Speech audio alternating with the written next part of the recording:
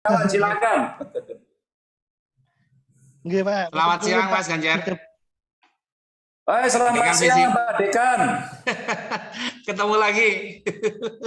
Sehat semua, Mas Ganjar? Alhamdulillah ya. Ketemu lagi kita. Alhamdulillah. Mudah-mudahan terus sehat. Amin. Silakan Pak Arif. Nggih, silakan nanti di Mbak Veronica yang memimpin. Silakan Veronica. Oke, baik Pak. Selamat siang semuanya. Assalamualaikum warahmatullahi wabarakatuh. Shalom, Om Swastiastu, Namo Buddhaya, dan salam kebajikan.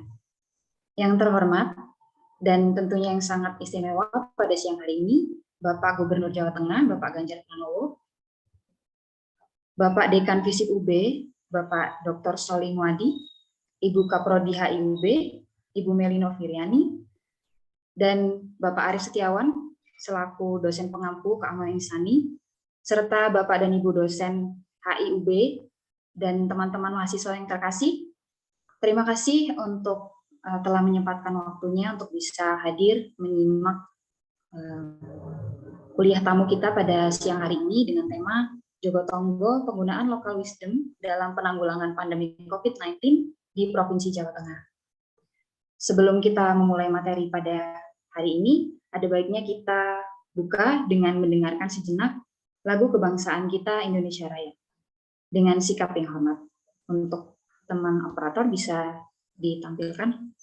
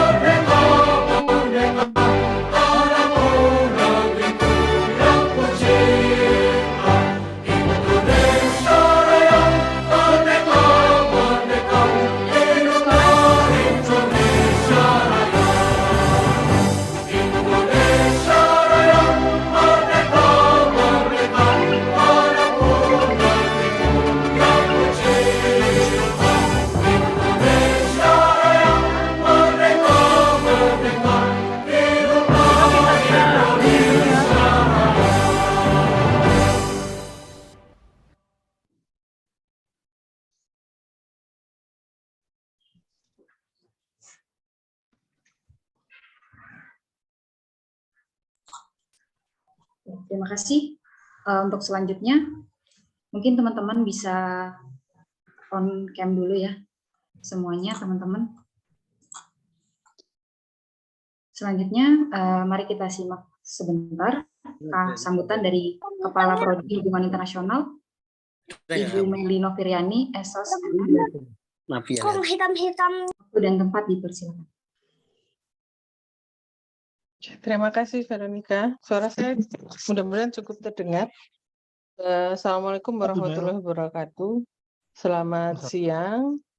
Terima kasih kepada Bapak Gubernur Jawa Tengah, Bapak Ganjar Pranowo sudah berkenan untuk hadir di siang hari ini di kuliah tamu khusus ini untuk mata kuliah keamanan insani. Terima kasih juga kepada Pak Solih Muadi selaku Dekan Visip Universitas Brawijaya juga berkenan nanti untuk membuka kuliah tamu ini. Ini kuliah untuk mata kuliah keamanan insani yang kalau di HI semester HIUB semester ini diampu oleh Pak Arief Setiawan. Terima kasih juga Pak Arief sudah menyelenggarakan kuliah tamu ini. Dan ya ini memang kami anggap cukup penting untuk menghadirkan contoh-contoh atau praktek-praktek terbaik ya sebetulnya dari pendekatan keamanan insani yang sebetulnya kami kalau di HI itu kami pelajari sebagai pendekatan yang digunakan untuk membantu negara mengidentifikasi kemudian mengatasi ancaman-ancaman yang luas dan lintas sektoral terhadap kelangsungan hidup manusia dan supaya manusia itu bisa hidup bermartabat gitu. Pak Ganjar kurang lebih berdefinisi dari keamanan insani atau human security approach gitu ya. Kalau di HI itu kami pahamnya seperti itu. Dan apa yang sudah dilakukan di Jawa Tengah gitu ya dengan Joko Tonggo ini sepertinya mewakili kemudian bagaimana pendekatan ini kemudian diimplementasikan gitu untuk menjamin keamanan insan gitu. Maka dari itu siang hari ini kami ingin sekali mendengar bagaimana Pak Ganjar Pranowo selaku Gubernur Jawa Tengah dan juga jajarannya itu mengimplementasikan kurang lebih nilai-nilai yang kemudian diajarkan di keamanan manusia atau keamanan insan ini dalam program Joko Tonggonya. Mudah-mudahan diskusi siang hari ini kuliah dari Pak Ganjar Pranowo akan memberikan banyak manfaat buat mahasiswa yang kebetulan juga mengambil mata kuliah ini dan tampaknya yang hadir bukan hanya yang ikut kuliah nih Pak Ganjar karena udah 200 lebih 270 lebih ini yang hadir siang hari ini rupanya pengen penasaran betul walaupun Pak Ganjar sudah pernah hadir ya di FISIP kemarin. Nah, cuma belum sempat waktu itu belum sempat bisa langsung berkomunikasi dengan mahasiswa. Nah sekarang nih Pak, kita dulu janji sama Pak Ganjar bisa ngobrol langsung sama mahasiswa. Tapi waktu itu karena tidak langsung bisa bertemu, jadi nggak bisa langsung ngobrol sama mahasiswa. Nah sekarang ini waktunya. Ini peluang yang bagus juga buat teman-teman mahasiswa bisa ngobrol langsung sama Pak Ganjar Pranowo dan bertanya banyak. Nanti mudah-mudahan waktunya cukup ya dengan 274 peserta. Demikian yang bisa saya sampaikan, mudah-mudahan diskusinya lancar dan apa yang ingin kita dapatkan manfaat dari kuliah tamu kita siang hari ini juga kita bisa peroleh. Terima kasih sekali lagi, mohon maaf kalau ada kesalahan dalam penyelenggaraan kuliah tamunya. Selamat siang, selamat berdiskusi. Terima kasih Mas Arief. Terima kasih Bu Meli. Terima kasih banyak Bu Meli untuk sambutannya. Selanjutnya kita dengarkan sejenak sambutan dari Bapak Dekan FISIP UB, Bapak Dr. Soli Muadi, SHMSI. Untuk Bapak Soli, kami persilakan. Terima kasih Mbak Veronica. Assalamualaikum warahmatullahi wabarakatuh. Selamat siang, salam sejahtera untuk kita semuanya. Om Swastiastu, nama budaya, salam kebajikan.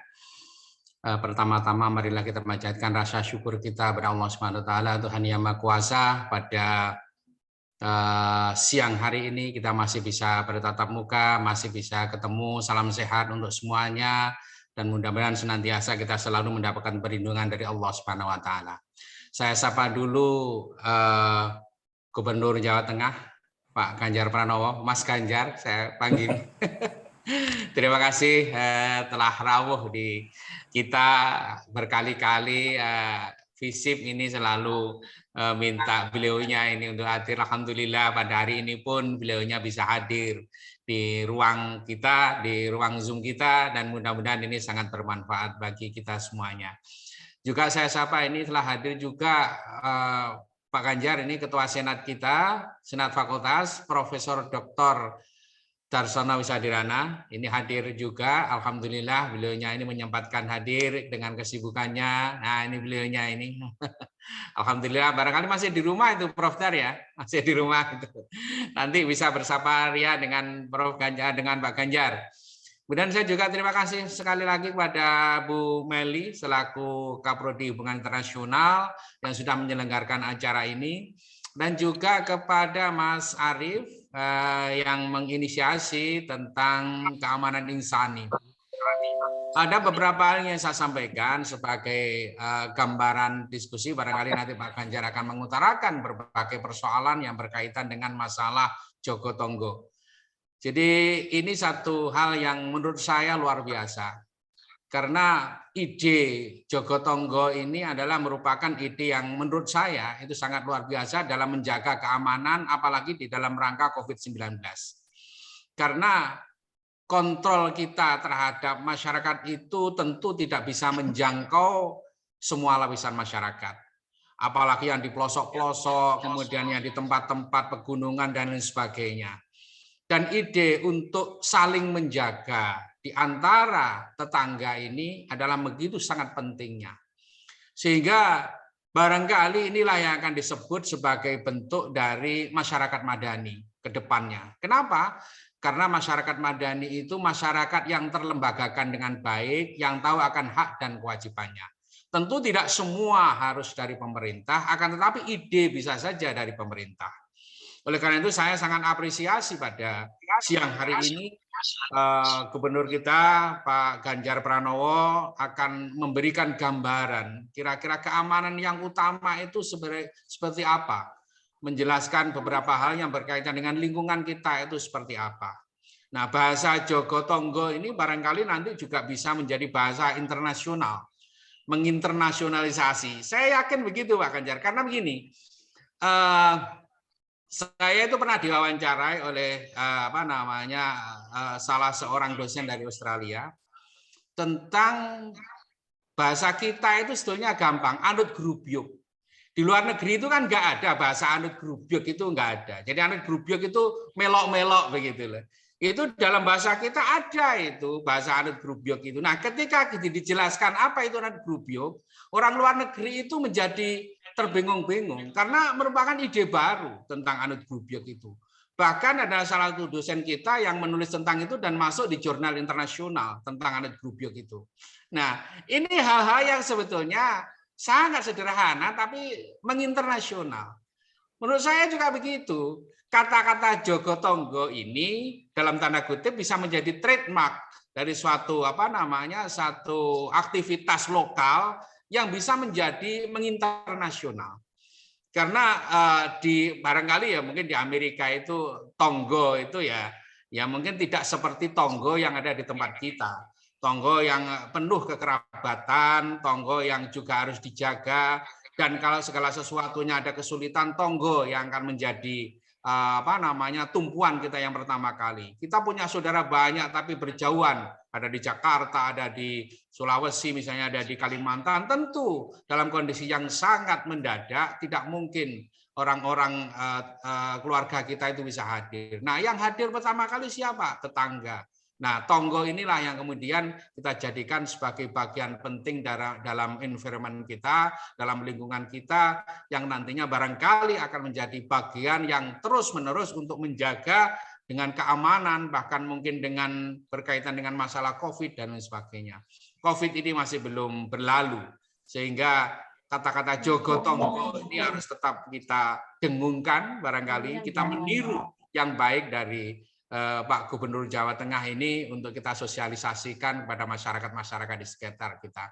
Saya kira itu. Terima kasih sekali lagi Pak Ganjar Pranowo selaku Gubernur Jawa Tengah telah hadir di tengah-tengah kita dan bisa menyapa mahasiswa kita. Alhamdulillah ini yang tergabung sudah hampir 280. Ini luar biasa. Padahal satu kelas barangkali cuma 40 sampai 50 mahasiswa. Tapi hadir di sini 270 karena ini mungkin magnetnya Pak Ganjar Pranowo ini yang luar biasa ini. Mudah-mudahan seterusnya seperti itu dan kita doakan beliaunya terus sehat, bisa memimpin Jawa Tengah dengan baik. Barangkali nanti suatu saat kalau beliaunya juga maju di RI 1 ya kita lihat perkembangannya. Mudah-mudahan beliau juga sukses dalam hal melaksanakan tugas-tugas kesehariannya. Saya kira itu yang bisa saya sampaikan dengan mengucap Bismillahirrahmanirrahim. Webinar tentang keamanan insani Jogotongo ini saya nyatakan dibuka. Sekian, Assalamualaikum warahmatullahi wabarakatuh. Waalaikumsalam. Terima kasih banyak Pak Soli. Tanpa berlama-lama lagi, ya Ini teman-teman mahasiswa juga semuanya udah nggak sabar. Benar kata Pak Dekan tadi, satu kelas KIT cuma 39 ya Pak. Tapi hari ini full 276, walaupun lagi puasa tapi semuanya semangat.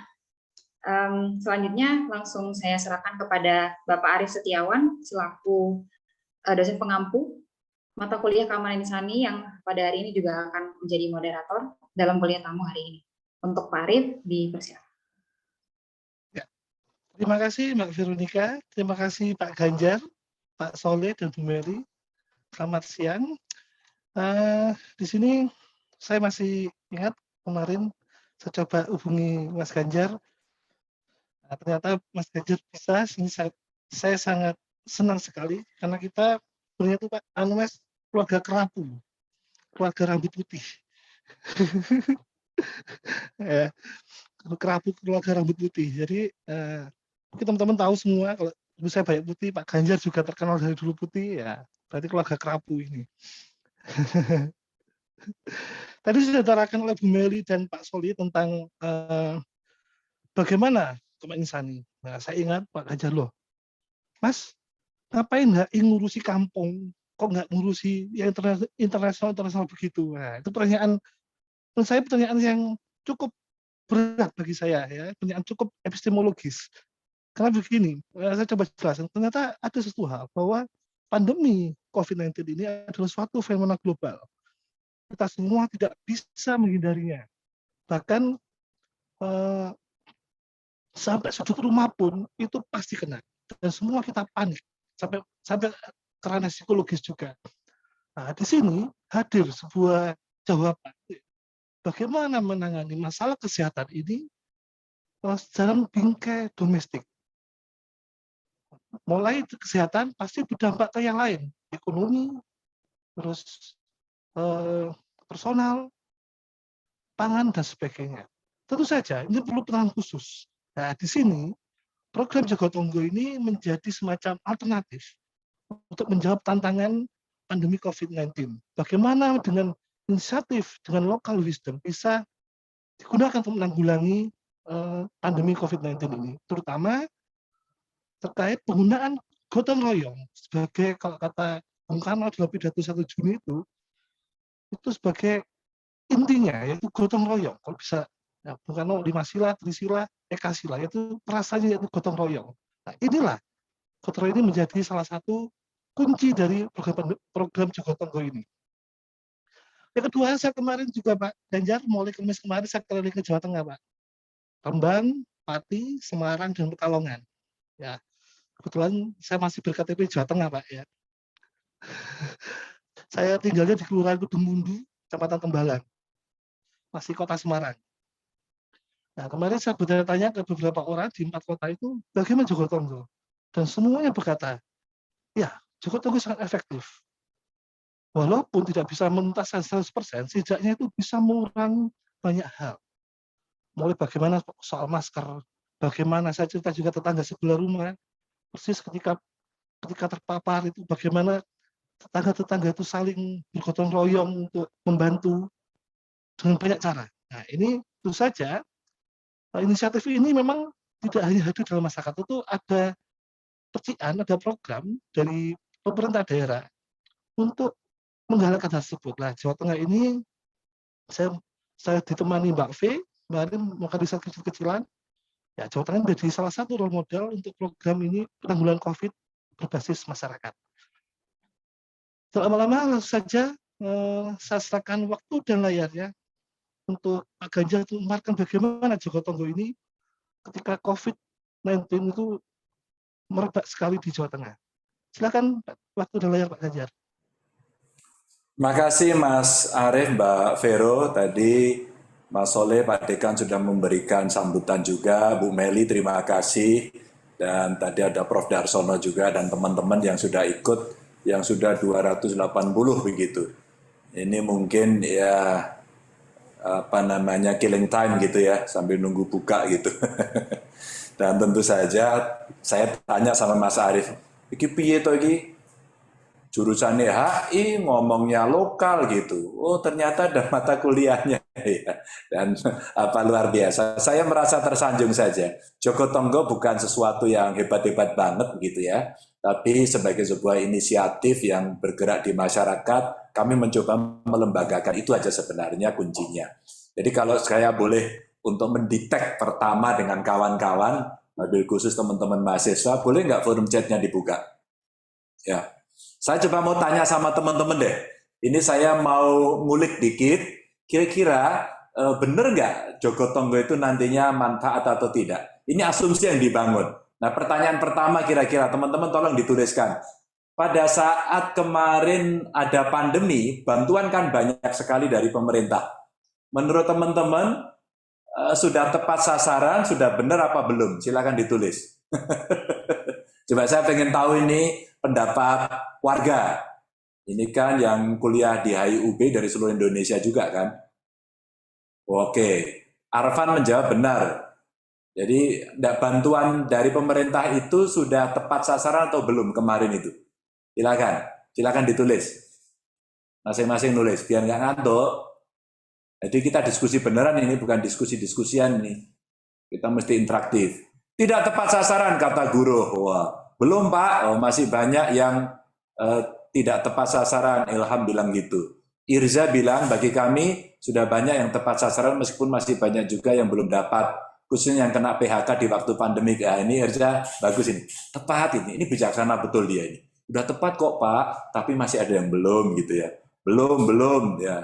Cukup tepat ya, Iqbal sampaikan.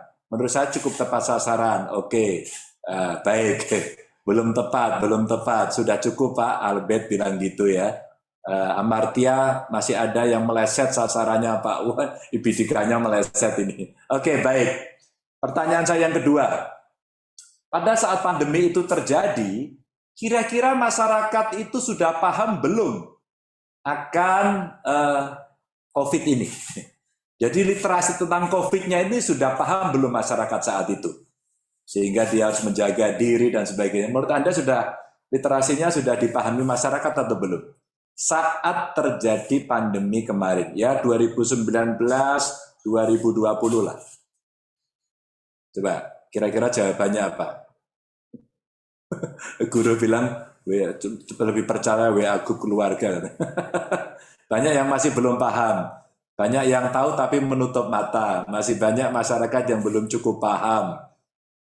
Belum paham, kurang ada informasi ini, kata Ryan ini. Literasi COVID banyak yang belum paham. Oke, baik. Teman-teman, sebenarnya dua pertanyaan saya ini sudah mencerminkan kenapa Joko Tonggo muncul. Jadi Bapak Ibu teman-teman semuanya, ceritanya begini. Ketika pandemi muncul itu kepanikan terjadi secara kolektif. Jamaah, semuanya itu panik. Emangnya pemerintah nggak panik? Oh, saya aja panik gitu. Sehingga apa yang kemudian saya lakukan pertama? 3 duta besar. Nah, ini ada hubungannya dengan anak HI ini. 3 duta besar Indonesia di luar saya telepon. 1 di Tiongkok, 2 di Korea Selatan, 3 di Vietnam. Saya telepon satu-satu. Saya bilang, Pak Dubes, Excellencies, itu apa yang terjadi di Tiongkok? Dan apa yang dilakukan oleh pemerintah? Wah, itu terjadi di Hubei. Ya, di Hubei, kota Hubei, kota Wuhan di Hubei, itu provinsi Hubei. Terus apa yang dilakukan? Langsung ditutup. Wah, kotanya ditutup. Rakyatnya taat nggak? Wah, kalau di sini taat. Kalau nggak bisa. Oke, terima kasih. Saya telepon ke Korea Selatan. Pak Dubes, waktu itu Pak Hadi. Tadi kira-kira gimana Pak Dubes ini di Korea Selatan? Pemerintah langsung memerintahkan tambah cetak masker gitu. Tambahnya nggak kira-kira. Sehari itu rata-rata dia 6 juta cetak, terus kemudian ditambah sekitar 4, sehingga kurang lebih sampai 10-11 juta per hari. Tapi orang Korea kan sudah terbiasa pakai masker kan, ya. Mungkin banyak yang hidungnya dioperasi ya, sehingga harus pakai masker. Jadi ya para penggemar K-pop, halo, ya, yang suka pakai skincare dari Korea, halo, ya, yang suka nonton drakor sampai nangis teriris-iris, halo, ya. Itu Korea. Lalu saya tanya lagi. Pak Soleh di Vietnam. Wah, Vietnam saya tanya. Pak Dubes gimana di Vietnam? Wah, sini lebih ketat lagi. 1 orang terpapar langsung dikunci, dikasih polis lain, dijaga polisi. Wah, sangar di sana. Bapak Ibu teman-teman. Cerita ini saya sampaikan pada kawan-kawan semua untuk melihat bagaimana dunia panik. Terjadi disrupsi yang luar biasa karena pandemi. Seluruh dunia. Dan tadi betul Mas Arief sampaikan, Pak Mas Soleh sampaikan bahwa ujung-ujungnya adalah multiplier yang terjadi di banyak sektor. Ekonomi terdampak, orang beribadah mesti diatur, sekolah mesti di rumah, ya enggak? Setelah itu ternyata muncul apa? Kuota Pak, kuota, gitu kan. Akhirnya kata-kata kuota menjadi hal yang biasa. Paket Pak, paket, gitu. Terus kemudian apa? Gadget Pak, gadget. Dan ternyata dahsyat sekali perubahannya. Bapak Ibu teman-teman, pada saat itu sebenarnya kami menemukan bahwa bantuan dari pemerintah itu banyak banget. Nih ya, pusat bantu, ya, provinsi bantu, kabupaten kota bantu, desa bantu dana desanya 4. Pertanyaan saya satu aja. Itu cara baginya gimana? Siapa yang mesti dapat bantuan? Akhirnya apa yang terjadi? Ada yang tak dapat sampai 1, 2, 3 bantuan, ada yang tidak dapat sama sekali. Terpikirkan akhirnya oleh kita bahwa satu data Indonesia penting. Database kita memang tidak bagus, ya, memang tidak bagus. Jadi ini sebenarnya cermin dan pandemi ini memporak-porandakan situasi dan membongkar aib kita sendiri. Aib kita, ketidakmampuan kita mengurus banyak hal ini. Ini saya mengakui secara jujur itu. Jadi kita repot. Masker kita mahal, APD kita mahal, vaksin kita nggak bisa buat, gitu kan. Padahal vaksin AstraZeneca kita ada 2 orang Indonesia kan. Satu perempuan yang dokter itu, satu anak ITB itu yang ikut dalam timnya Bu Sarah itu. Dan kemudian AstraZeneca luar biasa karena penemunya tidak minta fee, ya, tidak minta bayaran, dan akhirnya dunia banyak memanfaatkan itu. Ini awal cerita. Jadi diskusinya tidak mak betunduk, tidak tiba-tiba, tidak begitu saja, not suddenly gitu ya. Jadi tiba-tiba muncul idenya, enggak. Dari situasi ini saya berpikir, loh, itu kok Kades marah-marah, kenapa ya? Tiba-tiba, wah tidak adil pemerintah, bantuannya nggak benar. Oke, Kades ngamuk-ngamuk, diviral-viralkan. Sampai ada Kades di Banyumas, mereka menyampaikan kepada saya, terutama kepada publik begitu, disampaikan bahwa nggak ada itu presiden ngurus rakyat, nggak ada gubernur bupati ngurus rakyat, yang ngurus rakyat itu cuma Kades. Wah, top gitu ya, Kadesnya top. Saya cari, saya telepon. Maka pada saat saya telepon, bro, ngapain ente cerita-cerita gitu? Anda nggak konsultasi, nggak ngomong sama saya. Jawabannya teman-teman, apa coba? Pak Ganjar demi konten. Demi konten. Itu Kades kita hebat nggak sih? Demi konten. Bahkan saya sekarang jadi terkenal, Pak. Gitu. 2, Kades di Klaten. Kemudian dia sampaikan bahwa data tidak benar. Data yang sudah kami verifikasi, kami kembalikan pada pemerintah, tidak pernah dipakai. Wah, ngamuk-ngamuk. Gara-gara itu sama, demi konten. Akhirnya dia dipanggil Menko PMK. Wah, dia bilang, Mas Ganjar, sekarang saya jadi terkenal. Ya ilah, ternyata pengen jadi terkenal. Teman-teman, ini pengantar saja. Pengantar saja bagaimana kemudian ide ini muncul. Nah, saya punya paparan, slide-nya mudah-mudahan akan bisa meng-guide kita untuk bisa sedikit lebih tahu dari Jogotongo ini. Nah, pada saat porak-poranda itu terjadi, Bapak Ibu, saya diingatkan oleh teman-teman saya, ada loh kekuatan dari masyarakat yang tidak pernah diperhatikan oleh pemerintah. Dan tadi beberapa pendapat sudah disampaikan dari UB tadi, dari visit tadi, bahwa jangan salahin loh ya, masyarakat itu punya kekuatan gotong royong yang dahsyat. Tadi Mas Arief sampaikan itu, kekuatan gotong royong. Kenapa tidak dipakai? Filantro banyak, orang mau nyumbang banyak, orang peduli banyak, organisasi banyak, wah banyak sekali. Tapi tidak ada yang mengorganisasikan itu. Yang ada hampir semua sumber daya diambil dari pemerintah. Dan pemerintah kejut-kejut, pemerintah nggak kuat. Maka refocusing kembali dilakukan dan itu berkali-kali. Nah, bagaimana kemudian secara bottom up kita menangkap itu? Maka dalam Jogotongo itu kemudian kita membuat beberapa hal. Ada satgas yang menjaga sesama. Sebenarnya ini ya kelompok peduli aja lah saling menjaga tadi itu. Ada gotong royong dan bagaimana cara melawan COVID. Yang lawan COVID ini bagian dari literasi yang mesti kita bangun. Lanjut. Maka tugas Satgas ini ada bidangnya. Satu bidang kesehatan untuk meningkatkan literasi tentang COVID tadi. Jadi membantu puskesmas, melakukan tracing, pengawalan isolasi, mandiri, ada edukasi tentang 3M, dan pelaksanaan vaksinasi. Ini kelompok cerewet istilah saya. Ini Pokmas kelompok cerewet untuk mengedukasi literasi soal itu karena kita tidak banyak tahu. Lalu ada Satgas Ekonomi. Satgas Ekonomi tugasnya melakukan pemantauan kondisi logistik masyarakat. Ada konsumsi warga dan aktivitas ekonomi yang ada. Kan waktu itu distribusinya nggak rata. Kalau nggak rata nggak apa-apa. Yang kurang nggak usah marah-marah, nggak usah ngamuk, nggak usah diviralkan. Ngomong aja di komunitas itu, terus kemudian komunitas itu bergotong royong dan saling membantu.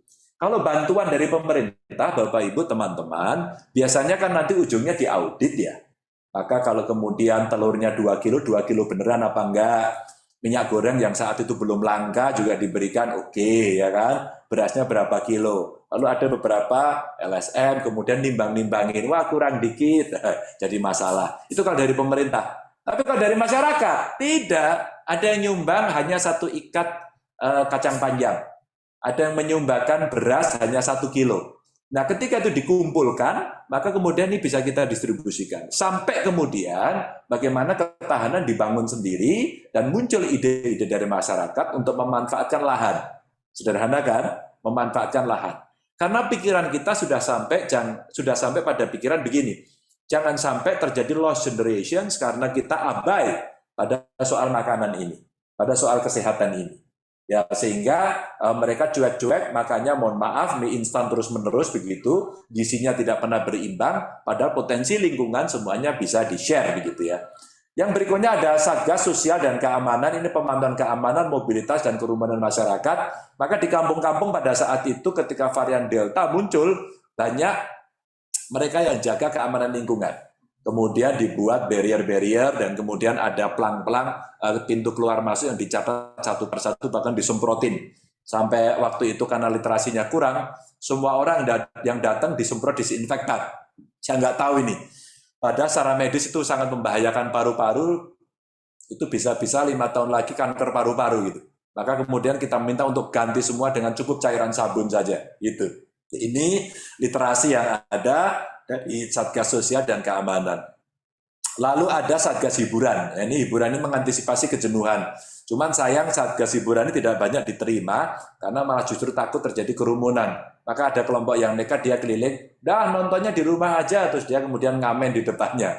Pokoknya lucu-lucu lah gitu ya. Lanjut. Dan kemudian saya buatkan instruksi gubernur ya, bagaimana pemberdayaan masyarakat dalam percepatan penanganan COVID di tingkat RW. Jadi basisnya adalah RW. Dan betul ini sebenarnya based on community ya. Based on community. Jadi komunitas-komunitas yang ada di masyarakat itu bisa kita dorong. Dan ada juga berbasis masyarakat, maka kita ambil di level RW. Dengan adanya Satgas Jogotongo, kita kasih stimulan namanya Jogotongo Kids. Jogotongo Kids ini ada peralatan untuk nyemprot, ada masker, ada APD yang kita bagikan kepada mereka. Dan kemudian instruksinya kita buatkan untuk pembatasan kegiatan yang kita jadikan satu. Lanjut. Teman-teman, Bapak Ibu, ini tujuannya sebenarnya sebagai gerakan. Jadi ini gerakan ini. Gerakan bagaimana empowering, pemberdayaan masyarakat pada lingkungan yang terkecil. Dulu waktu itu kita ambil RT, tapi RT ternyata dayanya kurang. Ruangnya terlalu kecil, maka kita angkat ke RW. Dan ini hasil komunikasi kita dengan masyarakat. Jadi ini bukan ide originalnya Ganjar, tidak.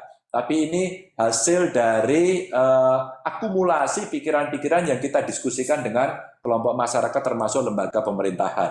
Dan kemudian dari tingkat RW ini, mereka ternyata satu punya nilai gotong royong, ada juga nilai kemanusiaan, dan mereka sebenarnya kalau dalam konteks wadaya udah biasa. Dan ini bisa kita pakai untuk meminimalisasi persebaran COVID. Lalu memanfaatkan potensi yang dimiliki masyarakat agar berperan aktif. Jadi aktivisme ini kita dorong agar mereka mau terlibat. Dan kami membuat satu peta digital, kami sebut sebagai mikrozonasi, dan peta digital ini betul-betul menggunakan IT begitu ya. Kita menggunakan IT berbasis sampai desa, terus kemudian di setiap desa nanti apakah warnanya merah, apakah oranye, apakah kuning, kami petakan sampai hari ini. Dan Bapak Ibu bisa melihat di jatengprof.go.id. Jadi corona www.jatengprof.go.id. Di sana kami tampilkan. Dan saat itu teman-teman saya kasih tahu ya, waktu itu kita berdebat panjang. Apakah data COVID itu dibuka, full di-disclose betul, atau kemudian tidak perlu? Saya orang pertama yang menyampaikan bahwa saat itu harus dibuka apa adanya. Karena nampaknya awal-awal itu banyak yang ketakutan bahwa data ini nanti membuat citra negara tidak baik. Kalau buat saya, jujur-jujur saja, baik-baik saja. Yang penting kita jelaskan sekaligus untuk menunjukkan achievement kita dalam menghandle kasus COVID ini. Berikutnya, nah ini saya kasih datanya, ini yang bikin orang terkejut. Pada saat saya diminta untuk memaparkan ini, di BNPB, di Kementerian Kesehatan, di Kementerian Dalam Negeri, saya kasih tahu, pemerintah itu sibuk sekali memberikan bantuan secara top down. Kita lupa bahwa kekuatan masyarakat bisa kita andalkan. Kader PKK itu 1,3 juta loh bisa kita gerakkan. Kenapa kemudian kita mencari relawan yang lebih banyak? Ini aja relawannya. Ya. Dasawisma itu ada 506, setengah juta. Kelompok tani itu ada 55 ribuan. Mereka bisa kita dorong untuk bergerak di sisi pangannya. Pendamping desa itu ada 3.370 yang mereka bisa mendampingi desanya untuk menjelaskan soal literasi. TKS ada 540 ini tukang menolong yang tiap hari dia bisa berdatangan untuk ke rumah-rumah bahkan mengedukasi dengan caranya. Penyuluh swadaya ini sudah terbiasa menjadi volunteer ya, 5 ribuan, 5,4. KPMD ini pendamping desa ada 39.000 yang dibayar oleh kami, oleh provinsi. Ya. Bidan desa ada 7.500-an. Yang mereka perlu kita backup saja sebenarnya karena secara skill mereka punya pengalaman. Lalu Satlinmas ada 230 ribuan lebih ya, yang biasanya kita bisa mereka patroli, keliling, menjaga dan seterusnya lah. Ngilik lah kira-kira gitu. Tagana ini punya Kementerian Sosial ada 1.100-an. Kader Posyandu, wow Bapak Ibu, ini banyak sekali ini. Ada 228.000 yang dia bayangkan setiap saat bisa ketemu dengan ibu-ibu, dengan para orang tua begitu dan bercerita untuk menyampaikan pesan. Dan tentu ada gabungan kelompok tani ada 8.200-an. Setelah saya petakan ini dan ini bisa digerakkan semuanya kaget. Oh, ternyata banyak sekali ya begitu. Dan implementasinya ini Bapak Ibu, kemudian ada data-data yang mulai dipasang di level desa dengan TNI Polri, Babinsa, Babin Kamtimas kita kolaborasi.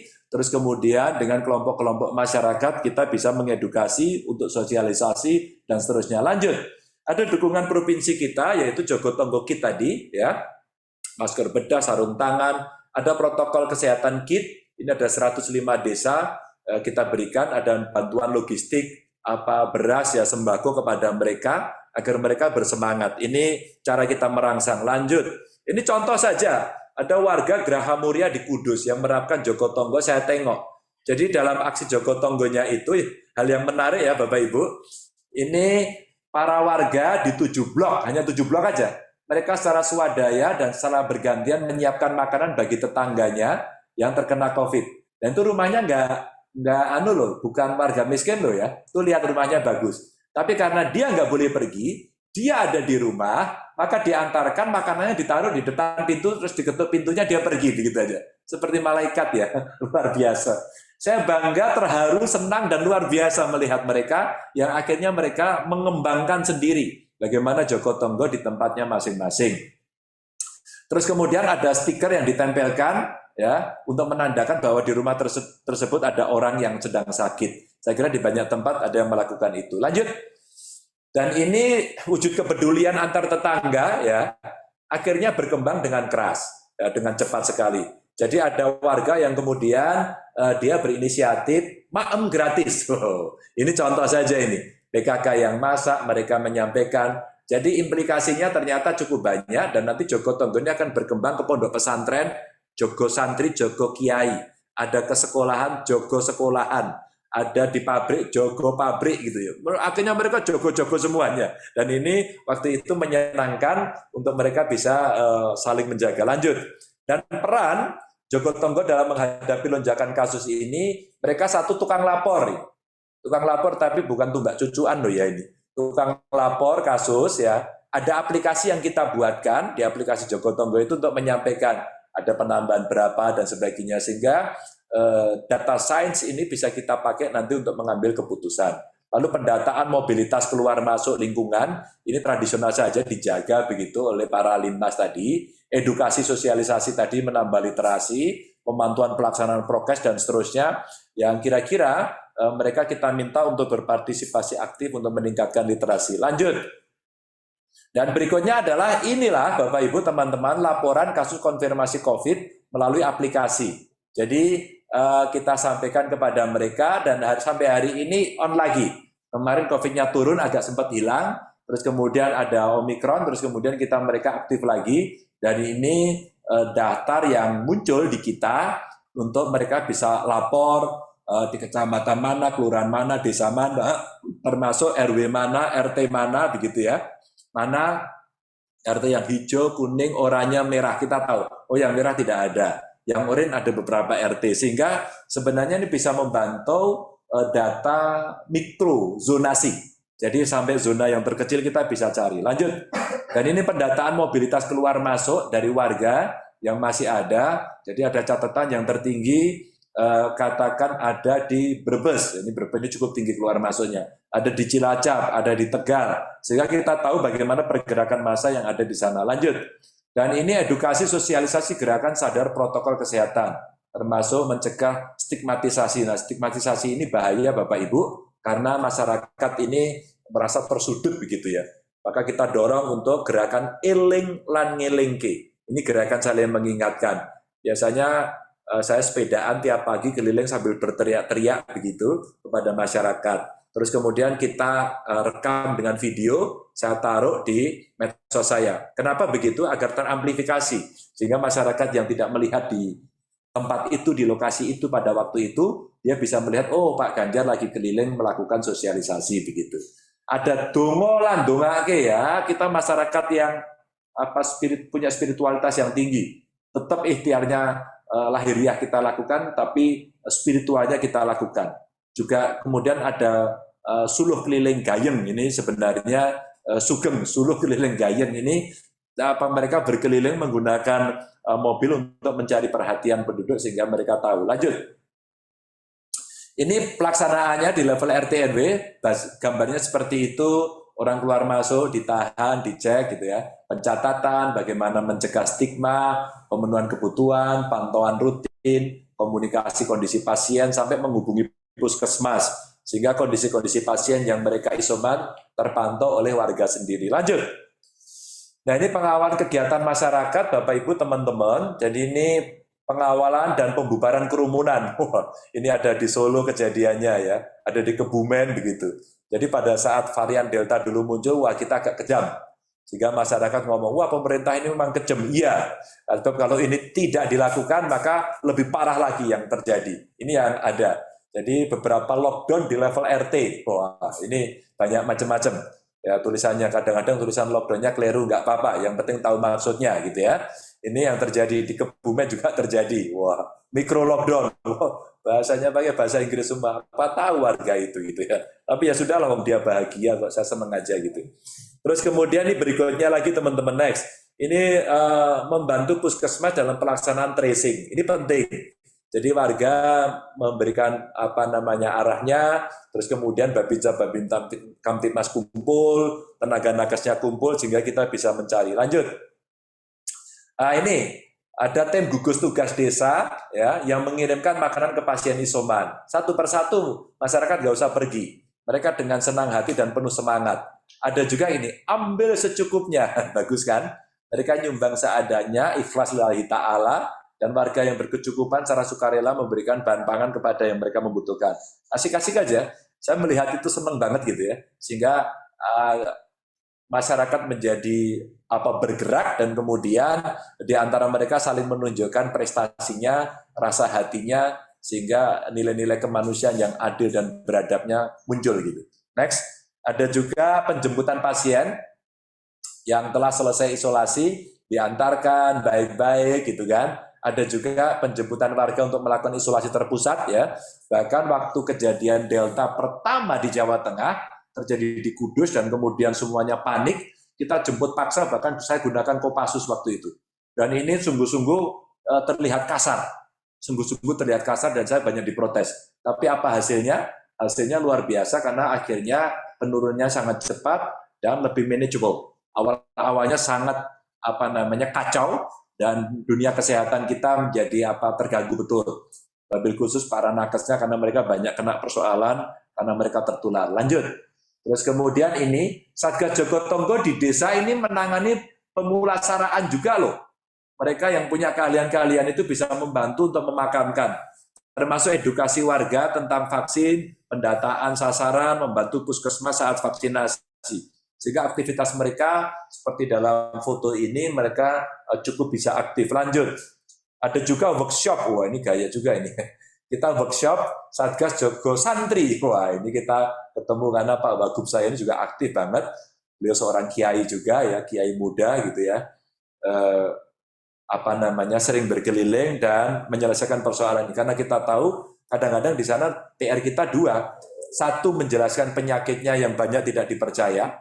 Yang kedua, mengedukasi mereka agar kemudian mau percaya dan mau menolong tetangganya. Ini dua kerja yang sulit. Jogo terminal, jogo pasar, jogo santri, jogo siswa, jogo kerja. Jogo-jogonya kemudian beranak. Jadi jogo tonggonya beranak menjadi jogo kecil-kecil begitu ya. Jadi workshop jogo santri di pesantren, kemudian jogo siswa yang dilakukan pada siswa yang mengalami kendala daring. Bapak Ibu, di gambar sebelah kanan teman-teman ini menarik ya. Itu guru loh itu. Guru mendatangi murid di rumahnya karena mohon maaf dia tidak mampu. Dia tidak punya gadget dan sebagainya. Dan akhirnya dia datang dengan baik-baik untuk mengedukasi dan orang tuanya nunggu di situ. Dan saat itu sebenarnya kehebatan seorang ibu-ibu, mohon maaf Bapak-bapak, ini biasanya ibu-ibu yang sangat telaten dia menemani anaknya dalam belajar ya. Maka kalau lulus sebenarnya ijazahnya dua ini. Satu untuk anaknya, dua untuk ibunya gitu ya. Teman-teman, sebelum Anda bosan saya berhenti di sini. Silakan kalau kemudian akan ada yang bertanya, berbagi cerita, menyangkal juga boleh. Marah-marah jangan, akan mengurangi pahala puasa ya. Jadi bicara yang baik-baik saja. Itu Islamia Dewi langsung ketawa itu ya. Ya jadi ceritanya begitu. Waduh, ini banyak sekali ya yang datang. Abdul Halim. Abdul Halim, kamu kok mukanya gelap gitu ya? Ini pemuda bermuka gelap ini. Oh, pencahayaannya kurang ini. Ya, itu Dita bagus ya. Dita, Dena bagus tuh pakai masker ya. Baguslah gitu ya. Digna kamu nggak pakai masker tapi jarimu masuk ke mulut, jarimu masuk ke hidung itu belum dicuci terus gimana? Ya, Aulia malah ikut-ikutan Aulia itu tangannya jangan masuk ke hidung. Ya, Ilham, wah Ilham pakai belangkon ini. Baik, terima kasih teman-teman. Saya kembalikan ke Mas Arief biar bisa diskusi. Silakan. Oke, terima kasih Mas Ganjar. Wah. Nah, tadi penjelasan banyak hal ya. Tadi memang apa yang dikatakan Pak Ganjar itu persis cerita ibu di rumah Semarang. Bahkan kemarin bapak saya itu harus tertahan di Jawa Timur gara-gara PPKM ketika varian Delta dan bergejala. Jadi tidak bisa pulang ke Semarang, tertahan di Jawa Timur. Ya akhirnya 2 bulan gitu Pak. 2 bulan di Jawa Timur. Padahal rencananya cuma 2 minggu pada rencananya. Jadi 2 bulan akhirnya. Oke, langsung saja di sini ada 4 penanya. Saya coba dua dulu saja ya. Yang pertama untuk Dita Putri, yang kedua untuk Ilham Al-Farizi. Silakan. Silakan. Ini yang pertama Putri dulu ya. Ya. Baik Pak, terima kasih atas kesempatannya. Saya mau bertanya, bagaimana ya Pak kontribusi pemuda dalam Jogotongo ini, terutama peran dari Karang Taruna. Terima kasih Pak. Langsung aja ya Mas Arief ya. Ya, silakan Pak. Silakan. Ya, jadi peran pemuda sebenarnya tidak harus di Karang Taruna. Ini kan kita soal mengasah kepekaan. Karena mengasah kepekaan sebenarnya siapapun dia yang merasa terpanggil untuk membantu bisa membantu. Dita, aku kasih tahu ya Dita ya. Begitu ini kita buka, tahu nggak? Teman-teman seusia kalian itu dia membuat aplikasi, ya kan? Terus kemudian dia membantu mencarikan donasi. Ada juga yang mereka kemudian membantu dalam sistem upama begini. Pak Ganjar, saya coba ikut bantu yang bagian jemput-jemput ya, boleh. Pak Ganjar, saya bantu untuk bisa membantu input data ya, sebaiknya analisisnya seperti ini. Jadi Dita, sebenarnya banyak sekali peran anak-anak muda yang bisa dilakukan. Yang penting dia peduli apa enggak. Kalau dia cuek aja udahlah, sudah apa namanya di rumah tidur aja terus-menerus gitu kan. Pokoknya kelompok mager-mager itu ya, mereka di rumah terus gitu. Terus kemudian rebahan ya, sambil bermimpi jadi konglomerat kaya raya, terus kemudian pandeminya hilang. Habis bangun, oh ternyata masih pandemi dan masih miskin gitu ya. Biar kemudian cita-cita tercapai, tidur lagi dia gitu ya. Jadi tidur lagi kemudian di mimpinya tercapai, di nyatanya enggak. Jadi sebenarnya Dita, saya mendorong kawan-kawan muda itu begini. Mari kita menjadi kelompok yang peduli, yang peka. Sebab biasanya kalau anak yang peka, maka dia tidak pekok. Ya. Karena pekok, maka dia tidak peka. Maka agar tidak pekok, mari kita belajar mengasah kepekaan. Nah, dari situ, wah, anak-anak mudanya keren-keren banget. Ada loh yang membuat gerakan cantelan namanya. Ini anak-anak muda. Apa sih gerakan cantelan? Gerakan cantelan, mereka mengumpulkan bantuan, terus kemudian membelikan makanan, dicantelin di pagar-pagar itu. Silakan ambil secukupnya dan sebagainya. Itu mengukur integritas. Sehingga kerakusan di antara tanda petik ya. Warga yang kemudian ini mengambil banyak-banyak itu dibatasi oleh kemampuan dirinya. Oh, saya butuh gula sedikit kok, butuh beras sedikit kok, butuh sayur sedikit, maka dia tidak ngambil banyak. Jadi Dita banyak sekali yang bisa dibantu dan saya senang karena banyak sekali dulu anak-anak muda membantu saya. Umpama mensortir siapa yang harus mendapatkan bantuan atau tidak. Itu dua-duanya anak muda ya membantu saya. Keren lah pokoknya. Terus kemudian gerakan cantelan itu juga anak muda semua. Bahkan itu akhirnya tidak hanya di Jawa Tengah saja. Kita gerakkan ke seluruh Indonesia waktu itu.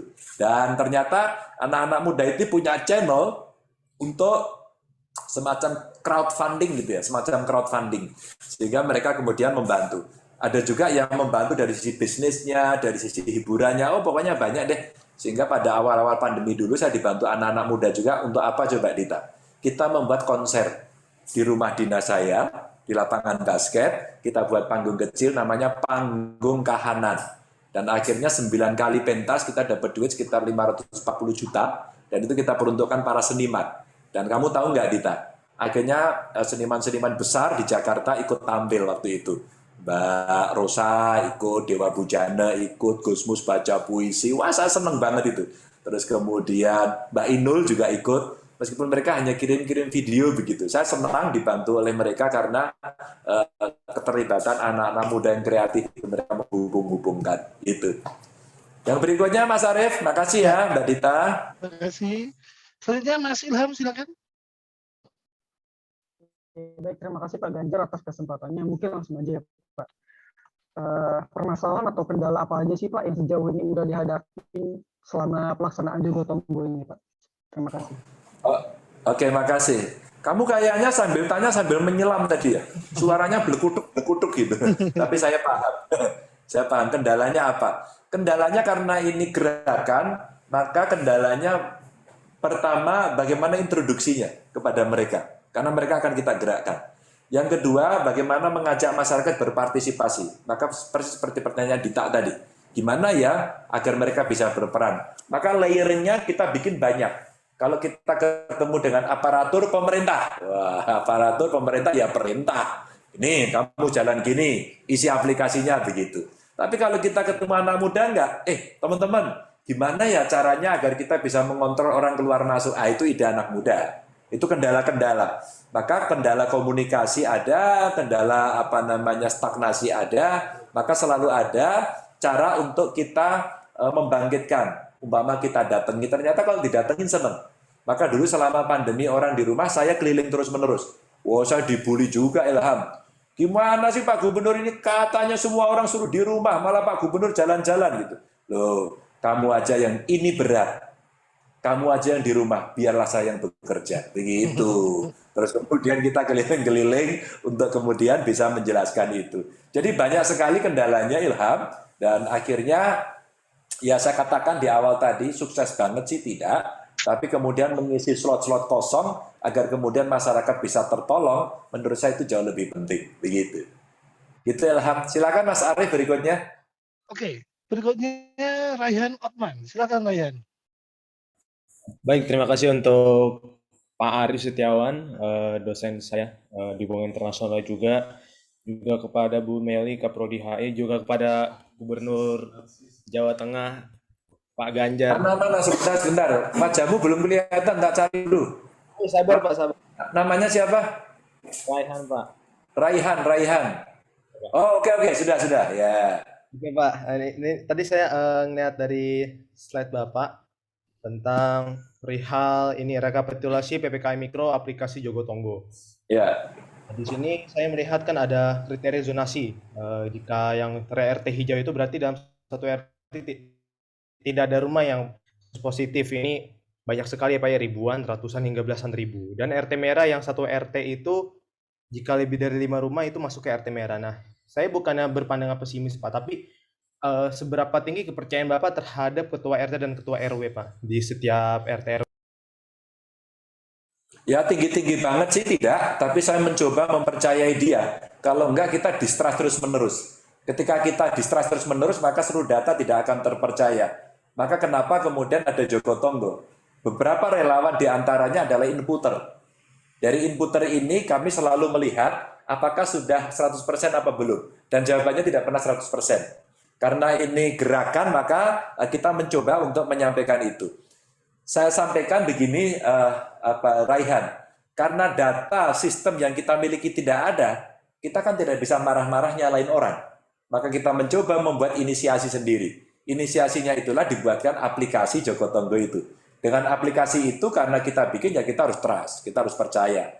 Maka bagaimana caranya melakukan kontrol? Harus ada oversight, harus ada orang yang melihat, orang yang ngecek, orang yang ngawasin gitu ya. Maka samplingnya diambil dan sekali-kali di antara petugas itu nelpon.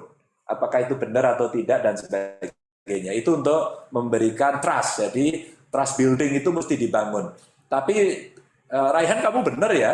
Kalau kita menyampaikan, memberikan full kepada mereka, ya pasti tidak akan ada yang 100%. Karena RT itu kan ya nggak mungkin. Kalau Pak Ganjar, saya itu jadi RT juga cuma relawan aja kepeksa Pak gitu aja. Sampean bayar juga enggak, malah minta-minta gitu, enggak. Makanya cara kita seperti itu. Minimal kita bisa tahu untuk melakukan deteksi awal. Oh, seperti itu kondisinya. Maka beberapa yang tidak bisa mendapatkan satu akses karena mungkin datanya tidak akurat, Raihan, kami kasih yang lain. Jadi seluruh bupati wali kota kita mintakan untuk memberikan nomor WA. Ini kan paling gampang tuh. Kalau ngisi aplikasi sulit. Jadi kita paksa sekarang bupati wali kota WA. Maka kalau kamu Raihan follow IG saya, follow Twitter, Facebook saya, waktu itu saya kirimkan hampir tiap hari. Hampir tiap hari. Bapak Ibu, Pak Ganjar kami nggak dapat bantuan. Ini nomor teleponnya. Saya ngelayani sendiri.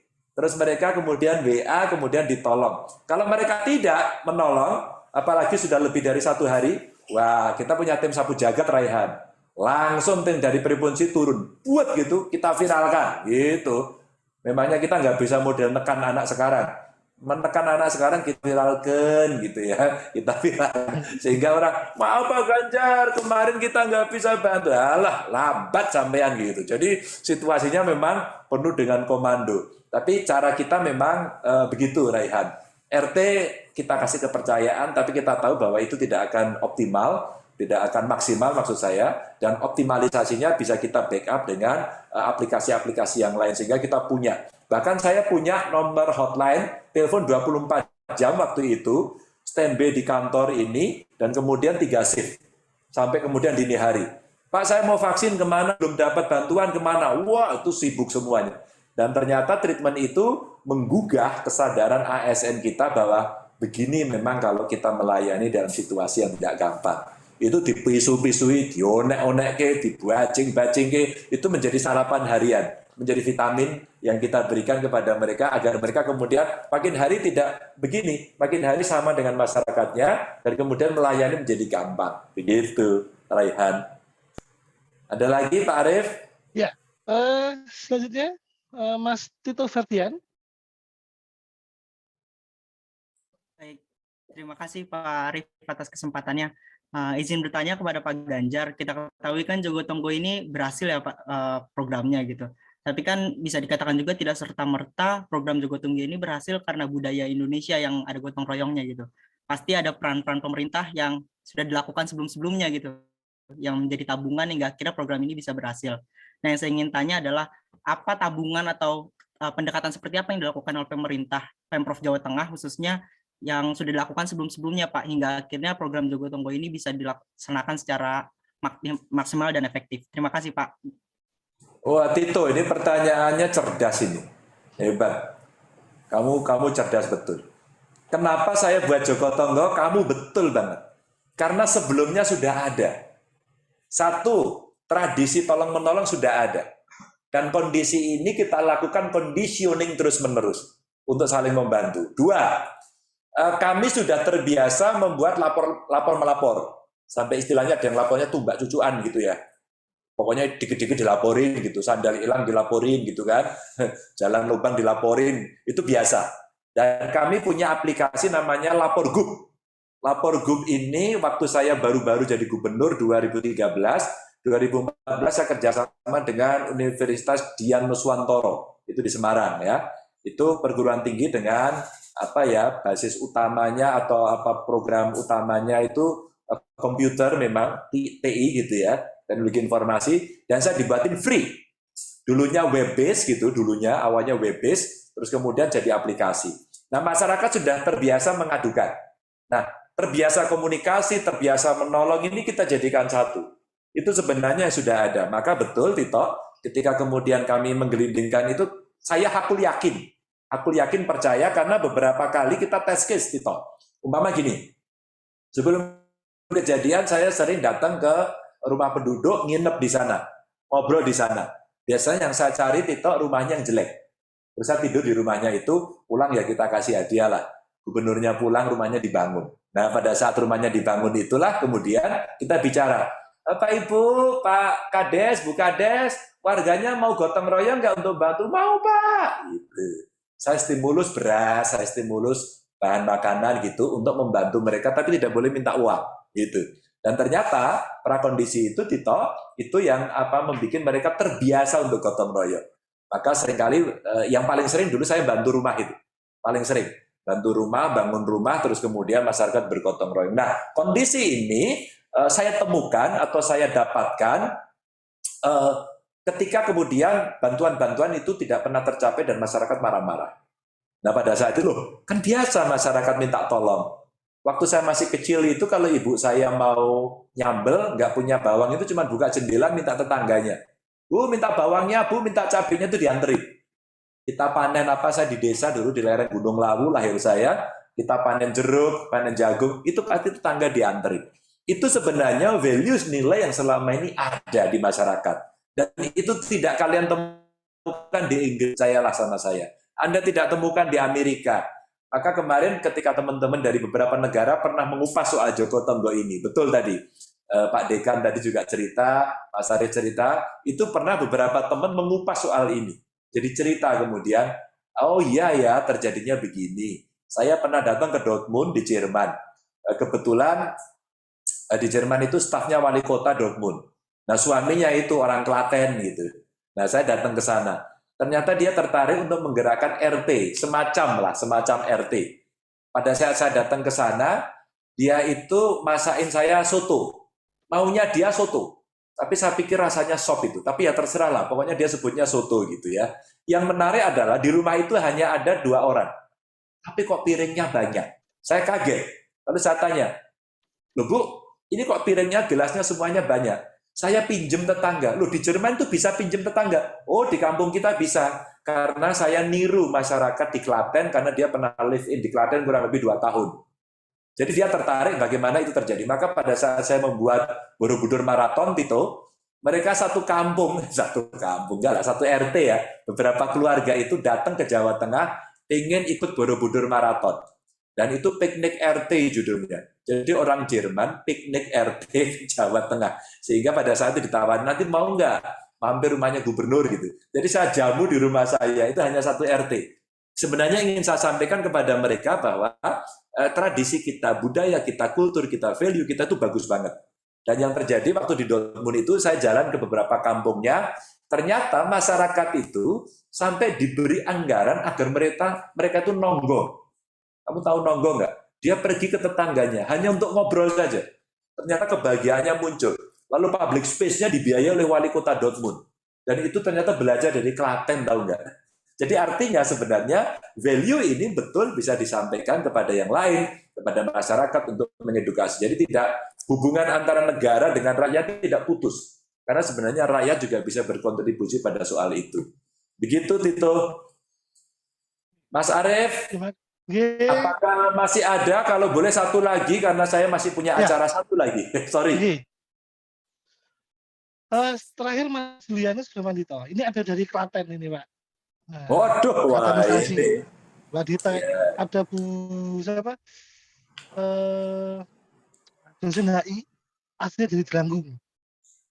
Delanggung Klaten, ada orang dosen HI. Silakan Julianus Bramandito, terakhir ya ini ya. Oke. Baik, terima kasih sebelumnya Pak Arief. Selamat siang Pak Ganjar. Saya mau nanya ini Pak, karena Joko Tonggo ini kan nggak terekspektasi Pak ya akan menjadi masif seperti ini Pak. Mungkin seperti sebelum pandemi ini gitu. Namun setelah pandemi ini kan tingkat kolaborasinya, tingkat partisipasinya kan baik dari segala kalangan tuh menjadi naik Pak ya. Saya mau bertanya ini Pak, Bapak sebagai pemimpin Jawa Tengah tuh gimana kok bisa melembagakan atau membiasakan membuat masyarakat ini menjadi sebuah masyarakat yang Joko Tonggo gitu Pak. Karena yang bisa memiliki sebuah kesadaran kolektif gitu. Karena menurut saya sendiri Pak, nggak semua masyarakat bisa seperti ini Pak, bahkan di Indonesia gitu Pak. Terima kasih Pak, menurut saya itu saja. Terima kasih Bung Julianus. Bagaimana bisa sebenarnya gini, saya ini orang desa ya. Saya ini orang desa yang secara kebetulan saya jadi gubernur gitu. Tapi tradisi saya masih desa banget gitu ya.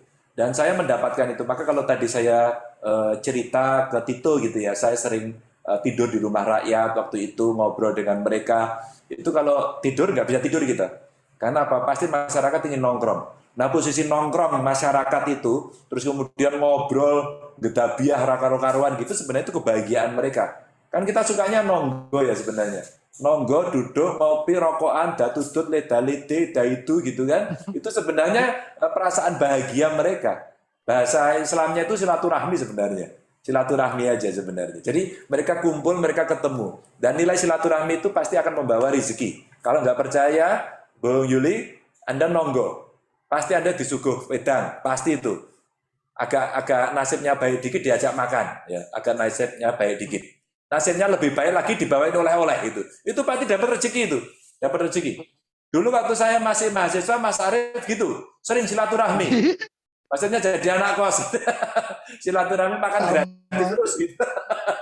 Jadi sebenarnya conditioning tadi yang diciptakan itu memang ada prakondisinya. Saya melihat masyarakatnya masih guyup, masyarakatnya masih nyemengge, dan masyarakatnya masih bisa diajak. Jadi kalau kita mengajak mereka untuk berpartisipasi itu mereka masih mau. Dan itu seringkali saya sampaikan seperti obrolan dengan Tito tadi ya, bahwa kalau bangun desa, bangun rumahnya warga desa, kita kerjasama mau nggak mau gitu. Terus kemudian layat masih ada, orang sunatan, terus kemudian jagung masih banyak, mantenan jagung masih banyak gitu kan. Terus kemudian orang membantu itu menjadi sesuatu yang biasa. Nah inilah potensi yang saya lihat saat itu. Dan apakah kemudian ini berjalan di semua tempat? Jawabannya tidak. Jawabannya tidak. Dulu saya pesimis di perkotaan. Apakah di perkotaan ini bisa jalan? Ternyata tidak. Di kota juga bisa. Di desa pasti bisa. Ternyata ada di desa yang nggak mau gitu ya. Jadi ya oke lah, nggak apa-apa lah. Biar aja varian-variannya banyak, tapi kita mesti melakukan itu. Dan kalau ekspektasi, sebenarnya kami punya ekspektasi yang tinggi. Kalau saya aku yakin ini bisa dilaksanakan. Karena prakteknya ada di mana-mana. Bahkan sebelum Joko Tonggo dimulai sebenarnya sudah banyak itu tadi, umpama warung gratis itu sudah banyak. Orang menolong itu sudah banyak. Tapi melembagakan ini menjadi sebuah gerakan bersama, memang itu tidak mudah. Tidak mudah. Maka fungsi negara, fungsi pemerintah, coba kita keluarkan, lalu saya diskusi dengan kelompok masyarakat, diskusi dengan OPD-OPD kita, diskusi dengan kementerian, dengan lembaga, dengan BNPB, sampai kemudian muncul ide yang basis masyarakat ini. Dan kekuatan itu bukan tanpa data yang kita siapkan ya, Bung Yuli. Jadi kita siapkan betul saat itu karena kami punya Yang ada di desa itu siapa saja? PKK ada di desa, pendamping desa ada di desa, posyandu ada di desa. Kenapa itu tidak kita pakai? Kenapa kemudian mereka kita tidak perankan? Coba ingat, masyarakat itu kalau dikasih peran senengnya minta ampun loh. Betul, Anda nggak percaya, Anda lihat di desa. Maka umpama mantan ketua RT tidaklah jadi ketua RT saja, dia merasa kok dirinya ada yang hilang gitu. Wah, saya sekarang nggak ketua RT lagi Pak gitu. Jadi ketua-ketua komunitas itu kalau tidak duduk lagi seperti itu. Tapi sama ya, ini cerminan budaya paternalis kita. Kalau sudah tidak menjadi pengurus partai juga sama ya, tidak menjadi pengurus senat juga sama gitu kan, tidak menjadi rektor atau dekan lagi mungkin juga sama, kecuali di UB loh ya, kecuali di UB gitu ya. Itu ada. Jadi sebenarnya ekspektasinya itu saya malah tinggi saat itu.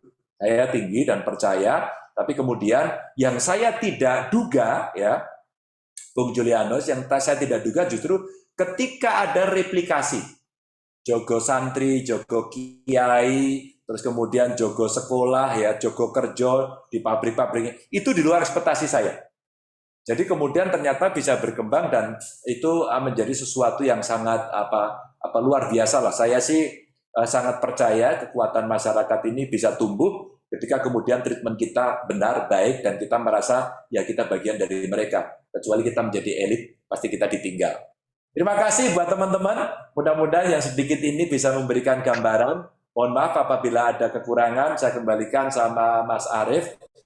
Dan sebagai tanda terima kasih saya kepada semua orang yang sudah bertanya, karena ini silaturahminya digital, saya akan kirimkan souvenir kecil dari Jawa Tengah. Ada produk UKM, saya punya buku, kalau berkenan dibaca, kalau nggak berkenan ya silakan dibuang, dikilokan juga boleh gitu ya. Intinya cerita-cerita soal itu. Terima kasih, salam untuk semuanya. Mohon maaf kalau ada kekurangan. Assalamualaikum warahmatullahi wabarakatuh. Waalaikumsalam warahmatullahi wabarakatuh. Terima kasih Pak Ganjar.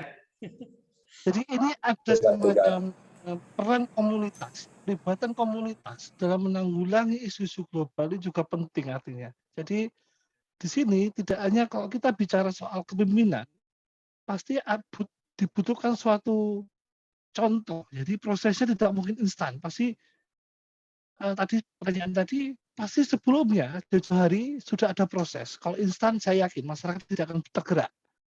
Ya, intinya di situ. Jadi ternyata hal-hal fenomena global itu bisa disihati dengan local wisdom kita. Salah satunya dengan gotong royong. Demikian saya kesimpulan dari saya sebagai moderator mengucapkan banyak terima kasih kepada Mas Ganjar atas kesediaannya hadir di HIUB, dan nanti kalau saya ke Jawa Tengah juga, saya pasti ke Jawa Tengah Pak, orang Jawa Tengah Pak masalahnya. Ya, saya akan melihat bincang-bincang lagi dengan tangga saya tentang Jogo Tonggo juga, pasti saya update terus. Oke, saya serahkan ke Mbak Veronica, silakan Mbak Veronica. Baik, Bapak Ibu, mohon maaf saya izin dulu ya. Saya live dulu.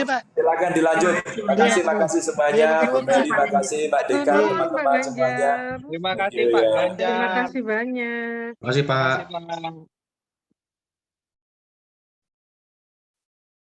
Baik, untuk menutup acara pada siang hari ini, saya mewakili Pak Arief juga dan teman-teman kelas KI mengucapkan banyak terima kasih untuk Bapak Dekan Visi, Bapak Solih, dan juga Ibu Meli, serta dosen-dosen HIUB yang telah hadir, teman-teman di luar kelas KI juga yang sudah meramaikan acara kuliah tamu pada siang hari ini. Terima kasih karena di luar ekspektasi yang datang banyak sekali, dan semoga ilmunya bisa bermanfaat untuk teman-teman di kelas KI khususnya. Jangan lupa untuk mengisi presensi supaya masuk ke dalam absensi kelas ya. Untuk teman-teman, boleh open cam dulu, kita mau dokumentasi sebentar.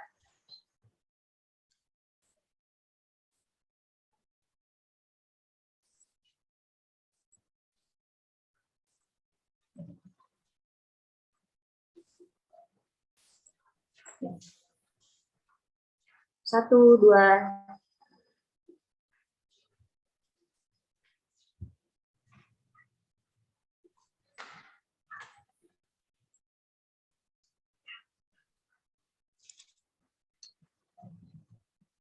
Slide berikutnya, 1, 2.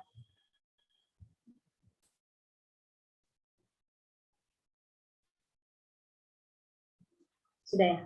Terima kasih banyak teman-teman semuanya.